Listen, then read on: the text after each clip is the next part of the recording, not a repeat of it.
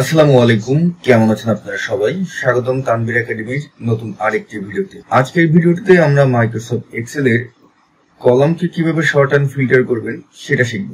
আমরা জানি যে রকে কিভাবে শর্ট অ্যান্ড ফিল্টার করতে হয়, বাট কলামকে কিভাবে শর্ট অ্যান্ড ফিল্টার করতে হয় এটা হয়তো আমরা অনেকেই জানি না। তা আপনারা স্ক্রিনে দেখতে পাচ্ছেন, এখানে মাইক্রোসফট এক্সেল আমি কিছু ডেটা ইনপুট করেছি টেবিলে।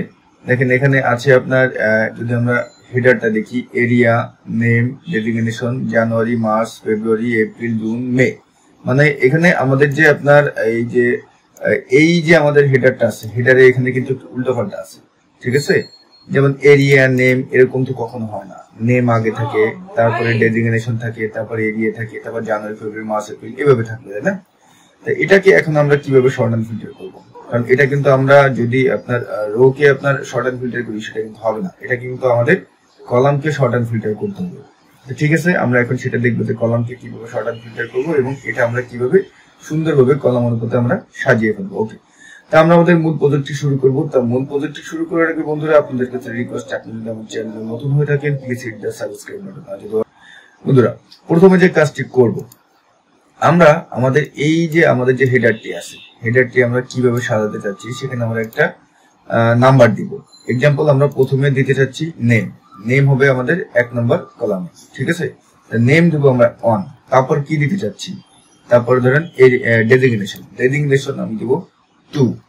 তারপর আমরা তারপরে কলামে কি আনতে চাচ্ছি, এরিয়া দিচ্ছি 3। তারপরে কলামে কি আনতে চাচ্ছি বন্ধুরা, জানুয়ারি, ঠিক আছে? জানুয়ারি হবে 4। তারপরে কলামে ফেব্রুয়ারি এই যে 5। তারপর হলো মার্চ দিলাম 6। তারপরে এপ্রিল দিলাম 7। তারপরে হলো মে দিলাম 8। তারপরে জুন দিলাম আপনার 9। ওকে, আমরা এই নাম্বারটি দিলাম। তাই নাম্বারটি কেন দিলাম সেটা এখন বুঝতে পারবো। যেহেতু আমরা কলামকে আমরা শর্ট অ্যান্ড ফিল্টার করবো, সেহেতু আমাদের উপরে আমরা এটা দ্বারা এই ট্রিক্সটি আমরা ব্যবহার করবো। ওকে, আমরা এখন পুরো টেবিলটা আমরা সিলেকশন করবো। আমাদের উপরে নাম্বার সহ আমরা যতটুকু আমার এরিয়া আছে, ডাটাটুকু আছে, সেই ডাটাটুকু আমরা সিলেকশন করবো। সিলেকশন করে উপরে হোম মেনু থেকে, উপরে দেখেন হোম মেনু থেকে একটা ডান পাশে আমরা চলে যাব শর্ট অ্যান্ড ফিল্টার যে আইকনটি আছে সেখানে। শর্ট অ্যান্ড ফিল্টার আইকনের এই অ্যারোতে ক্লিক করবো। অ্যারোতে ক্লিক করে বন্ধুরা এখান থেকে যে কাস্টম শর্ট, এই কাস্টম শর্টে ক্লিক করবেন। কাস্টম শর্টে ক্লিক করলে আমাদের সামনে একটা ডায়লগ বক্স আসবে। দেখেন ডায়লগ বক্সটি আসলেই এখান থেকে আমরা এই যে ডায়লগ বক্সের এখানে যে অপশন আছে, অপশন দেখেন এই যে অপশন নামে একটি আইকন আছে। তো অপশন এই মেনুতে আমরা ক্লিক করবো। ক্লিক করলে ছোট্ট একটা পপ আপ ডায়লগ বক্স আসবে। সেখান থেকে আপনার ওরিয়েন্টেশন বাই ডিফল্ট আপনার শর্ট টপ টু বটম এটা থাকবে, বাট আমরা এখানে শর্ট লেফট টু রাইট এটা আমরা ক্লিক করবো। Short left to right click করে ওকেতে ক্লিক করবো। ওকেতে ক্লিক করে এখন এই যে শর্ট বাই, এখানে দেখেন এই যে শর্ট বাই, এই রো এর নিচে যে শর্ট বাই, এটার এই ড্রপ অ্যারোতে আমরা ক্লিক করবো।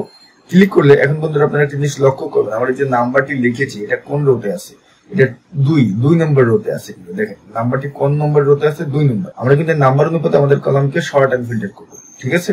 ওকে, তা এখন এই যে শর্ট বাই কি রো কত, 2 নম্বর। আমরা এখন এই অ্যারোতে ক্লিক করে রো দিব আমরা 2। ওকে, রো 2 দেওয়ার পরে এখন যদি আমরা ওকেতে ক্লিক করি বন্ধুরা দেখেন ম্যাজিক দেখবেন, আমি একটু নিচে নামি, ওকেতে ক্লিক করি এবং আমার এই যে নাম্বার অনুপাতে আমার এখানে যে কলামগুলো আছে হেডিংটা কিন্তু হেডারটা কিন্তু আমার পুরো চেঞ্জ হয়ে যাবে। দেখেন আমি যদি এখন ওকেতে ক্লিক করি, কি ম্যাজিক না? দেখেন আমার নেম, ডেজিগনেশন, এরিয়া, জানুয়ারি, ফেব্রুয়ারি, মার্চ, এপ্রিল, মে, জুন।